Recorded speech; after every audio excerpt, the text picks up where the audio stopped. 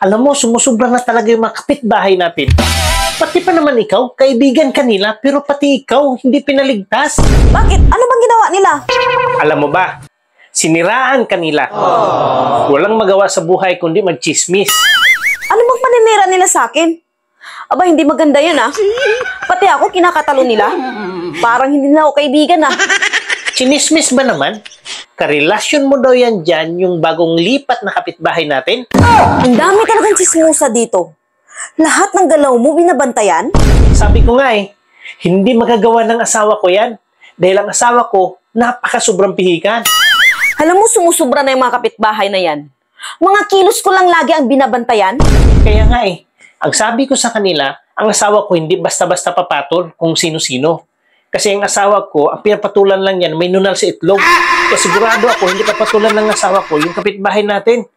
Kasi walang nunal sa itlog yun dahil napakakinis ng katawan. Meron siyang nunalhan. Kahit na makinis yung katawan niya, hindi mo lang nakita. Meron ba? Saan banda ang nunal niya? Sa ilalim, Han, napagitnaan ng dalawang itlog.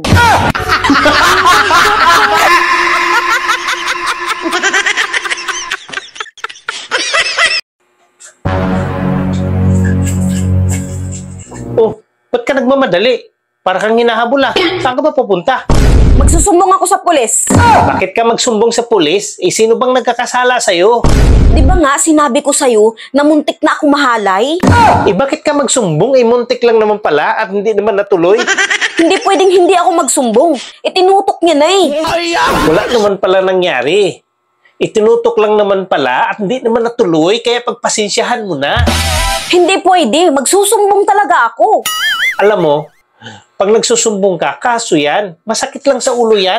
Kaya tinutok lang naman pala. Baka hindi ka pa nga nasagi Hindi naman natuloy. Kaya nga ako magsusumbong eh. Bakit itinutok lang at hindi tinuloy?